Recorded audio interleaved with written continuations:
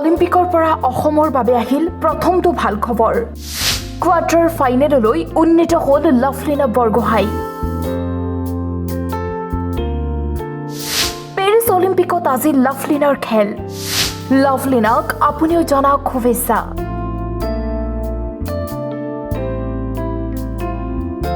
এয়া ৰাজ্যবাসীৰ বাবে পেৰিছ অলিম্পিকৰ পৰা অহা প্ৰথমটো ভাল খবৰ। কোৱাৰ্টাৰ ফাইনেললৈ উন্নীত হ'ল লাভলীনা বৰগোহাঁই। নৰৱেৰ প্ৰতিদ্বন্দ্বী সুন্নিভা হফষ্টেডক পৰাস্ত কৰিলে লাভলীনা বৰগোহাঁই। 5-0 নৰৱেৰ বক্সাৰ হফষ্টেডক পৰাস্ত কৰিলে লাভলীনাই। পেৰিছ অলিম্পিকত আজি লাভলীনাৰ খেল। অসমবাসীৰ কাৰণে আজি অতি সুখৰ দিন, আনন্দৰ ক্ষণ। বিভিন্ন প্ৰান্তৰ পৰা লাভলীনাৰ কাৰণে সকলোৱে কৰিছে দুৱা প্ৰাৰ্থনা। আপুনিও লাভলীনাক জনাব পাৰিব শুভেচ্ছা। কুচিৰ পৰা বোকামাটি গছকি অসম কইলা লাভলীনাই যোৱাবাৰ যিধৰণে প্ৰদৰ্শন কৰিলে, আমি আশা কৰিছোঁ এইবাৰো পেৰিছ অলিম্পিকত গৈ তেওঁ আমাৰ ধনশীৰবাসীৰ লগতে অসমবাসীৰ উৎকণ্ঠা, আশা, প্ৰত্যাশা, ভৰসা সকলো জড়িত হৈছে। আমাৰ অসমবাসীৰ আশীৰ্বাদ আছে। লাভলীনাই এইবাৰ আজিৰ খেলখনত সুন্দৰ প্ৰদৰ্শন কৰিব আৰু অসমলৈ স্বৰ্ণ বুটলি আনিবলৈ সক্ষম হ'ব। আমি সকলো ধনশীৰবাসী আশা কৰি আছোঁ। আমি সকলোৱে খেলখন একেলগে উপভোগ কৰিম আজি হাইস্কুল তিনিআলি এই মাজমজিয়াত। আৰু আমি ইয়াৰ পৰাই আশীৰ্বাদ জনাইছোঁ, তেওঁক শুভেচ্ছা জনাইছোঁ, যাতে তেওঁ অসমলৈ, অসমটো নহয় ভাৰতবাসীলৈ তেওঁ গৌৰৱ কঢ়িয়াই আনক সোণ বুটলি আনিবলৈ সক্ষম হ'ব। টকিঅ' অলিম্পিকত ব্ৰঞ্জৰ পদক জয়লাভ কৰিছিল লাভলীনা বৰগোহাঁই। এইবাৰ লাভলীনাই স্বৰ্ণ জিকিব বুলি সকলো আশাবাদী। লাভলীনাৰ এই সাফল্যত ৰাজ্যৰ সমান্তৰালকৈ গৃহভূমি সৰুপথাৰতো এয়া আনন্দৰ বন্যা। সকলোৱে ফটকা আতচবাজি ফুটাই আনন্দ কৰিছে অসম কন্যা লাভলীনাৰ কাৰণে। শুভেচ্ছা জনাইছোঁ।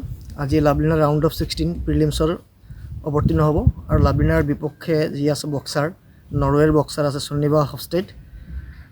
মই আশা কৰোঁ যে লাভলীনা আজি এটা ভাল খেল প্ৰদৰ্শন কৰি পেলাই তাই এটা ভাল ব্যৱধানত জিকি পেলাই কোৱাৰ্টাৰ ফাইনেলত প্ৰৱেশ কৰিব। আৰু লাভলীনাৰ যি weight category 75 kg middle weight, Lovlina Tokyo' অলিম্পিকত খেলিছিলে 69 kgত। এইবাৰ তাই ৱেটটো গেইন কৰি 75 kgত খেলি আছে আৰু 75 kgটো লাভলীনাৰ বাবে এটা লাকি ৱেট বুলি মই কৈয়ে থাকোঁ। কাৰণ এই 75 kgত তাই অহাৰ পিছত তাই ৱৰ্ল্ড ওমেন বক্সিং চেম্পিয়নশ্বিপত সোণৰ পদক পাবলৈ সক্ষম হৈছিল আৰু এছিয়ান গেমছত ৰূপৰ পদক পাই পেলাই পেৰিছ অলিম্পিকলৈ কোৱালিফাই হৈছিল। আচলতে শুভেচ্ছা আৰু শুভকামনা জ্ঞাপন কৰিছোঁ। আৰু অসম কন্যা লাভলীনা বৰগোহাঁই ইতিমধ্যে আচলতে দুবাৰকৈ টকিঅ' অলিম্পিকত প্ৰতিদ্বন্দ্বিতা কৰি সমগ্ৰ ভাৰতবৰ্ষ আৰু অসমলৈ গৌৰৱ কঢ়িয়াই আনিছে। আৰু লাভলীনা বৰগোহাঁই যি এই জয়যাত্ৰা, আচলতে লাভলীনা বৰগোহাঁই হৈছে এগৰাকী দুৰন্ত আচলতে যুঁজাৰু। আৰু লাভলীনা বৰগোহাঁই বুকুত আচলতে অদম্য সাহস আৰু এটা শক্তিৰ আচলতে সম্ভাৰ। আৰু আমি ধনশীৰ মুকমা চেতাখনতে আমি আশাবাদী লাভলীনা বৰগোহাঁই যি এই জয়যাত্ৰা, লাভলীনা বৰগোহাঁই যি এই আচলতে বিশ্বমুখী যাত্ৰা আৰু অসমীয়া স্বাভিমানৰ গামোচাৰ দপদপনি আচলতে লাভলীনা বৰগোহাঁই সমগ্ৰ ভাৰতৰ লগতে অসমত সৃষ্টি কৰিবলৈ সক্ষম হৈছে। আমি আশাবাদী লাভলীনা বৰগোহাঁই যেতিয়াই টকিঅ' অলিম্পিক খেলিছিল আৰু তেতিয়া তেখেতে এটা কথা কৈছিল যে তেখেতৰ নেক্সট ডেষ্টিনেশ্যন, নেক্সট লক্ষ্যস্থান হৈছে পেৰিছ অলিম্পিক। এই শুভক্ষণত আপুনিও লাভলীনাক কৰক দুৱা প্ৰাৰ্থনা। মই পিতৃ হিচাপে যথেষ্ট ভাল লাগিছে আৰু মাকেও গম পাইছে। আমি ভাল পাইছোঁ যথেষ্ট। এইখন গেমেই নহয়, আৰু এখন গেম যিখন তাই প্ৰত্যাহ্বানমূলক এখন গেম আছে, সেইখন গেমত নিশ্চয় তাই আগবাঢ়ি জয়ী হ'ব লাগিব। তেতিয়াই পদকৰ তালিকা তাই নিশ্চিত হ'ব। সেইকাৰণে এতিয়াই ইমান এটা আনন্দিত হৈও লাভ নাই, কাৰণ ভৱিষ্যতলৈ আৰু যিকেইখন গেম আছে সেইকেইখন গেম নিশ্চয় জিকিব লাগিব তাই। আজি খেল হৈ যোৱাৰ পিছত কিবা কথা বতৰা নাই হোৱা। এতিয়ালৈকে আমি তাইৰ লগত যিকোনো যোগাযোগ, আৰু অৱশ্যে যোগাযোগ কৰিবলৈ মই সময়ো পোৱা নাই। যোগাযোগটো ইমান সোনকালে নহ'ব আৰু তাত সম্ভৱ তাই তেনেকৈ সেইখিনি সিহঁতৰ যিখিনি প্ৰচেছ থাকে সেই প্ৰচেছৰ মতেহে নিশ্চয় তাইক ফোন কৰিবলৈ দিব। তাই খেললৈ যোৱাৰ আগমুহূৰ্তত আমাক ফোন কৰিছিলে আৰু সেই মুহূৰ্তত আমাক কৈছিলে যে মই খেললৈ যাবলৈ ওলাইছোঁ।